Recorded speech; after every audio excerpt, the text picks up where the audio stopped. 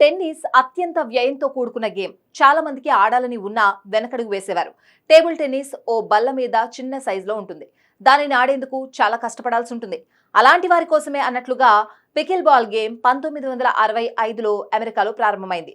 ఇప్పుడిప్పుడే ఈ ఆటకు మన దగ్గర ఆదరణ లభిస్తోంది. అంతర్జాతీయంగా పెద్ద పెద్ద టోర్నీలే జరుగుతాయని తెలిస్తే ఆశ్చర్యం కలగక మానదు. టెన్నిస్, టేబుల్ టెన్నిస్, బ్యాడ్మింటన్ ను పోలి ఉంటుంది ఈ పికిల్ బాల్ గేమ్. అయితే దీనికి ప్రత్యేకమైన రూల్స్ ఉన్నాయి. ఇండోర్, అవుట్డోర్ లో ఈ గేమ్ ని ఆడొచ్చు. సింగిల్స్ లో ఇద్దరు, డబుల్స్ లో నలుగురు ఆడతారు. మిక్స్డ్ డబుల్స్ లోనూ పోటీలు జరుగుతూ ఉంటాయి. ఈ ఆట కోసం హార్డ్ ప్లాస్టిక్ బాల్, చెక్కతో చేసిన ప్యాడిల్ ను వినియోగిస్తారు. టేబుల్ టెన్నిస్ లో వినియోగించే ప్యాడిల్ కంటే కాస్త పెద్దగా, టెన్నిస్ రాకెట్ కంటే చిన్నదిగా ఉంటుంది. పికిల్ బాల్ గేమ్ ను నిర్వహించే కోర్టు మొత్తం 44 అడుగుల పొడవు, 20 అడుగుల వెడల్పు ఉంటుంది. టెన్నిస్ కోర్టు మాదిరిగానే ఇక్కడ నిబంధనలుంటాయి. ఇక్కడ మాత్రం నెట్ ఎత్తు కేవలం 36 అంగుళాలు మాత్రమే. టెన్నిస్ లో 2 ఫాల్ట్లు చేస్తే సర్వీస్ పోయినట్లే.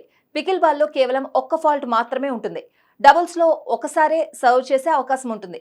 ఆట ప్రారంభం సమయంలో కనీసం ఒక్కసారైనా బంతి నేలపై బౌన్స్ అయినప్పుడే షాట్ కొట్టాలి. ఆ తర్వాత నేరుగా బంతిని బాదొచ్చు.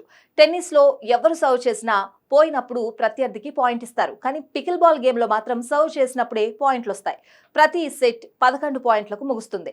2 పాయింట్ల తేడాతో విజేతను ప్రకటిస్తారు. టెన్నిస్ లో ఉన్నట్లే సర్వ్ చేసినప్పుడు లేదా గేమ్ లో భాగంగా బంతి నెట్ ను దాటిపోవాలి.